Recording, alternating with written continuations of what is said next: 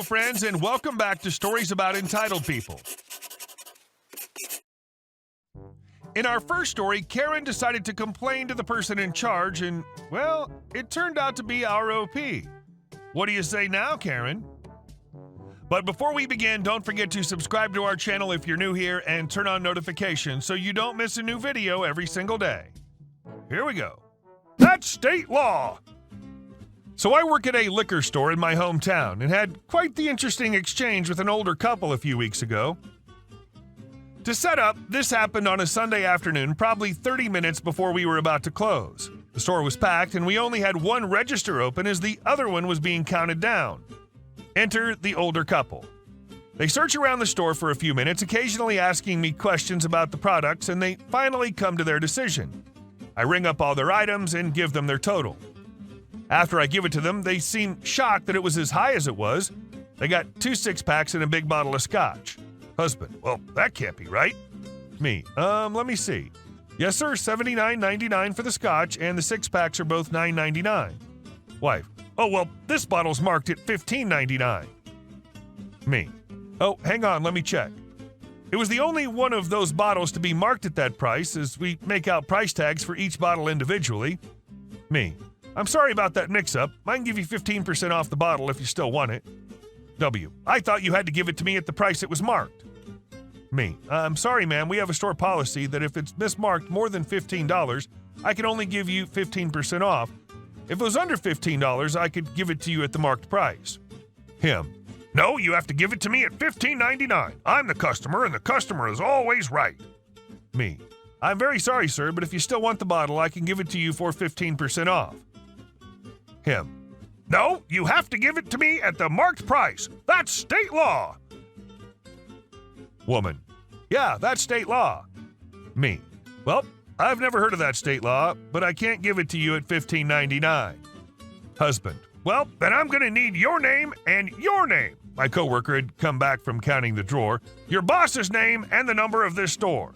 I comply and give him the info he was asking for, and they went on their way out the door without the 2 6-packs that they wanted. I have a lot of money. I'm going to own this store by the end of the week, he yells as he walks out the door. So I carry on with the last 15 minutes we're open, taking care of the rest of the customers who were so polite to wait the 10 minutes while this was going on. After we close the store and lock the doors, I go to put up the bottle of scotch that he wanted, but wouldn't you know it, sitting right next to the bottle he wanted was a cheap $15.99 bottle of brandy that had a sticker marked $79.99. I laughed quietly to myself as I switched the stickers back and put the bottle back on the shelf. As you can probably infer, we never heard back from them, and the store's still under the same ownership it was. And our second story. They come to a wedding they weren't invited to, then complain about everything. In November 2016, my stepbrother and sister-in-law tied the knot. I didn't attend the wedding as I had work commitments, but my dad told me the gory details of the crap show that went down. Just 3 days before the wedding, my stepmom received a call from one of her sisters, Seema, name changed, telling her that Seema's husband's cousin, we'll call her Bloodsucker, and her husband, we'll call him Brickbrains, would love to come to the wedding and would stepmom and my dad please invite them as well. At first, my stepmom tried to refuse, but Seema begged her. She told my stepmom that Bloodsucker had been on her case for days. She felt entitled to an invitation as she and her family lived in the same city as the bride and groom's families. To save her sister's sanity, my stepmom agreed to talk to my dad. My dad burst out laughing at the absurdity of the request, but stepmom was able to convince him somehow. So later that day, Dad and stepmom spoke to Bloodsucker and Brickbrain on the phone and told them they would be happy to have them at their son's wedding. The fact that my parents agreed to this was insanely generous, but that's never enough for entitled a-holes. Let me clarify that we're all Indians and this was a Hindu wedding. These weddings comprise of several ceremonies and can go on for several days. My brother's wedding lasted 3 days. All relatives were to arrive at the hotel the day before day one of the ceremonies. So when relatives began pouring in, my parents expected 2 less familiar faces, i.e. Bloodsucker and Brickbrain. What they didn't expect was their 3 adult kids to tag along. That's right, the entitled a-holes had brought their kids along to a wedding to which only they were invited, that too after they shamelessly begged. My dad was furious, as were my stepmom and stepbrother. When they confronted Seema about this, she sheepishly said that her husband had ordered her not to tell my parents about this. Later, Seema's hubby, Parasite, told my dad with a note of glee that he didn't want to spoil the lovely surprise. For those who can't wrap their heads around this, the surprise was supposed to be being able to meet Bloodsucker and Brickbrain's kids. My dad somehow swallowed his rage for the sake of maintaining peace. One of the ceremonies that's held at day one is the Sangeet. Sangeet is just the bride and groom's families and close friends singing traditional wedding songs, dancing, making jokes about the bride and groom in a wholesome manner, and telling stories about their childhood, etc. When done tastefully, it can be pretty entertaining. Of course, Bloodsucker just had to try and ruin it for my stepmom. The bride and groom are always seated in the front row along with their parents so they can watch the performances and whatnot. The other guests who aren't participating in this Sangeet are seated in the rows behind them. As everyone was being seated, Bloodsucker went ahead and sat down right next to my stepbrother. That's where my stepmom was supposed to sit. My stepbrother told her she was in his mother's seat, but the C-word just smiled and said, "Oh, it doesn't matter. She can sit at the end of the row."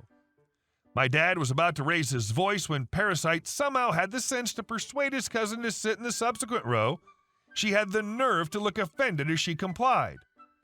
When the singing and dancing was done and it was time to tell some fun stories about the couple, Brickbrain decided to hijack the mic and after congratulating the couple, began a long-winded speech about the importance of family or some crap and ended it by announcing that his eldest son had graduated from the Indian Institute of Technology 3 years ago, all because of his wonderful upbringing.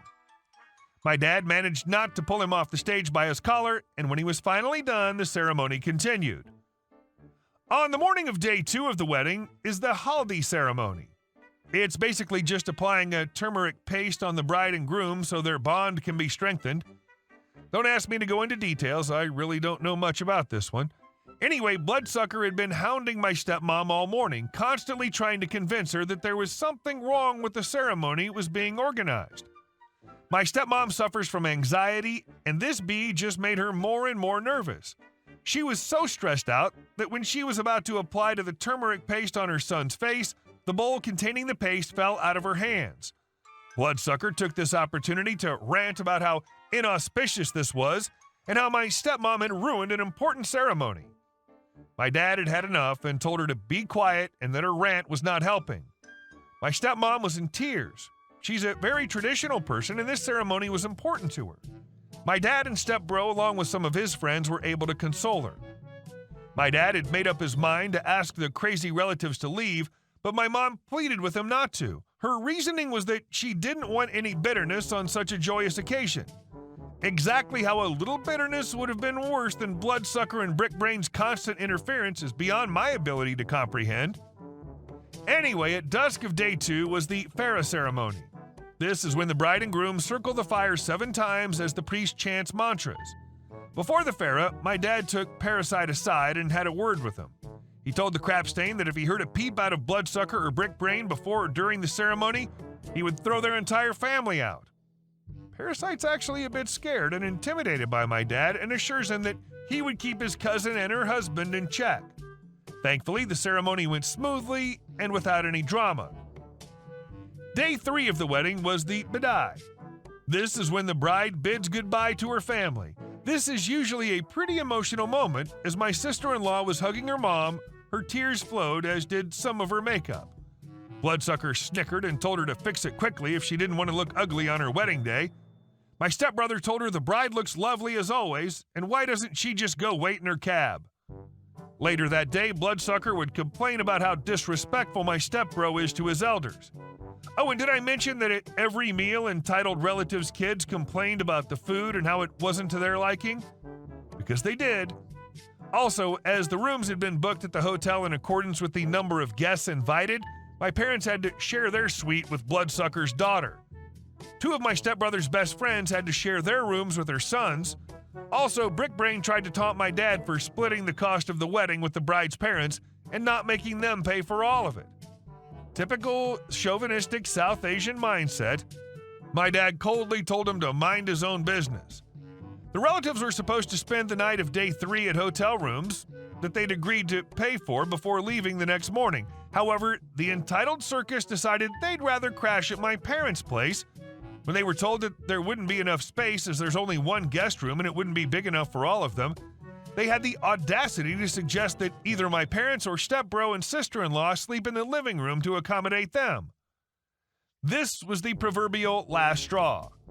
My dad told them that they had been nothing but a pain in everyone's neck, and ever since they'd arrived, they weren't getting their way anymore. And if they didn't want to be humiliated and thrown out like the trash they are, they'd better pick up their bags and leave quietly.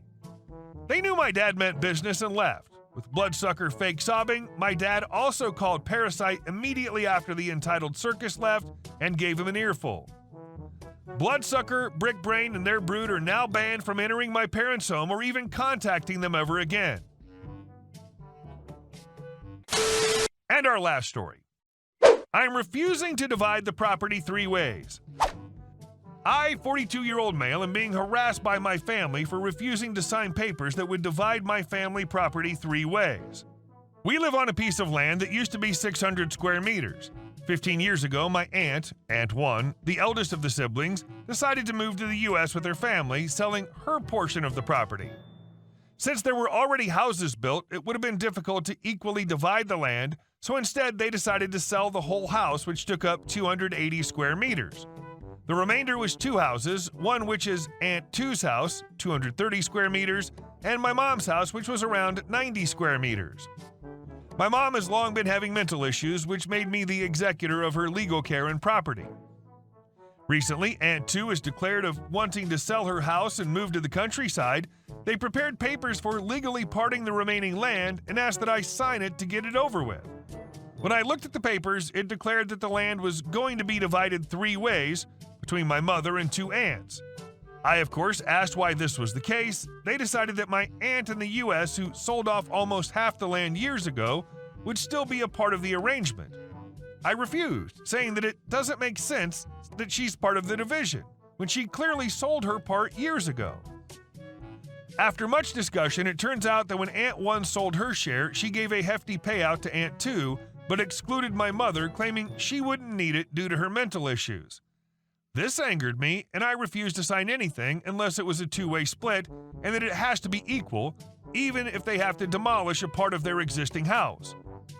The entire family is calling me selfish, and I'm an a-hole for preventing my elderly aunt's retirement. And it's not my call since my mom's still alive and she doesn't object. I disagree, especially since my mother's no longer lucid enough to make such decisions, which the law agrees on when it declared me executor to her legal matters. But the constant nagging, some from people who've always supported me growing up, is making me soften. Edit. I'll try to get in touch with the lawyer and see what me and my mom's odds are. I'm standing my ground on this. Hey guys, thank you all for watching the video. I'll see you in the next one.